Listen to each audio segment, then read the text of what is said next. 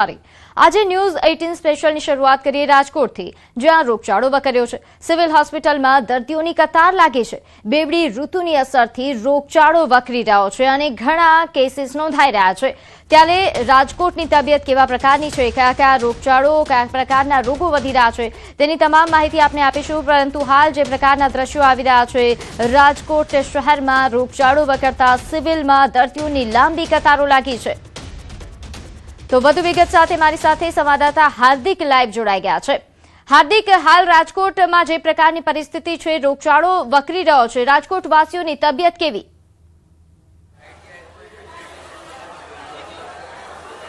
ચોક્કસથી રાજકોટવાસીઓની તબિયત બગડી છે, કેમ કે હાલ રાજકોટવાસીઓ છે તે બેવડી ઋતુનો અનુભવ કરી રહ્યા છે। હાલ જે રાજકોટ શહેરના જે સિવિલ હોસ્પિટલના જે દ્રશ્ય છે તે આપણને બતાવવાનો પ્રયાસ કરીશ। અત્યારે અહીંયા લાંબી લાઈનો જોવા મળી રહી છે।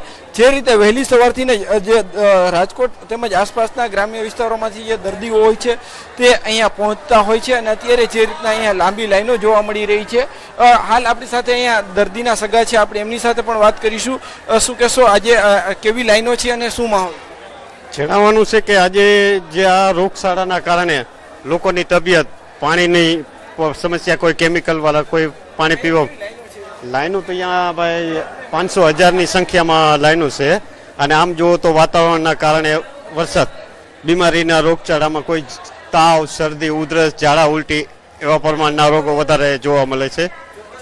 જે રીતના અહીંયા જે રાજકોટ સિવિલ હોસ્પિટલ બહારના જે દ્રશ્યો છે, અહીંયા અત્યારે કેસ કઢાવવા માટે જે છે દર્દીઓના સગાઓની લાઈન જોવા મળી રહી છે। રાજકોટ મહાનગરપાલિકામાં જે ગયા સપ્તાહે માત્ર શરદી ઉધરસના જ 1054 કેસ છે તે નોંધાયા હતા, જ્યારે 1034 કેસ છે તે સામાન્ય શરદીના નોંધાયા હતા। આ ઉપરાંત જે ઝાડા ઉલટીના પણ 300થી વધુ કેસ નોંધાયા હતા। રાજકોટ મહાનગરપાલિકા સંચાલિત આરોગ્ય કેન્દ્રના આંકડો છે, જ્યારે સિવિલ હોસ્પિટલમાં દરરોજ જે છે મોટી સંખ્યામાં અત્યારે દર્દીઓ અહીંયા આવતા હોય છે અને જે દર્દીઓની લાઈનો લાગી છે, આપ દ્રશ્યો જોઈ શકો છો કે જે રીતના કેસબારી બહાર દૂર દૂરથી અત્યારે જે દર્દીઓ અત્યારે અહીંયા પહોંચ્યા છે અને કલાકો સુધી લાઈનમાં ઉભા રહ્યા બાદ તેમનો વારો આવતો હોય છે। પરંતુ ક્યાંક જે રીતે રાજકોટ પંથકમાં બેવડી ઋતુનો અનુભવ કરી રહ્યા છે, ક્યારેક વાદળછાયું વાતાવરણ તો ક્યારેક જે ધોમધકતા તાપ પડતા હોય છે, ત્યારે લોકો પણ છે તે પણ બીમાર પડી રહ્યા છે। બીજી તરફ જે આવતા દિવસોમાં તહેવાર પણ આવી રહ્યા છે, રક્ષાબંધન અને જન્માષ્ટમીના તહેવારો આવી રહ્યા છે, જેને લઈને પણ રાજકોટના લોકો છે તે ક્યાંક જે છે એ અલગ અલગ ફૂડ આરોગ્ય છે અને ક્યાંક આરોગ્ય તંત્ર દ્વારા પણ લોકોને જે અપીલ કરવામાં આવી છે કે બને ત્યાં સુધી બહારનું અને ખુલ્લો ખોરાક આરોગ્યનું ટાળવું, જેથી કરીને બીમાર ન પડી શકાય। બિલકુલ હાર્દિક, આભાર માહિતી આપવા બદલ। તો હાલ જે રીતે સંવાદદાતાએ જણાવ્યું કે ઘણા બધા રોગોની સમસ્યા છે, જેને લઈને હાલ 1000થી પણ વધારે લોકો રાજકોટ સિવિલ પહોંચ્યા છે। આરોગ્ય તંત્ર પણ એક્શનમાં છે અને તમામ પ્રકારની કાર્યવાહી થઈ રહી છે।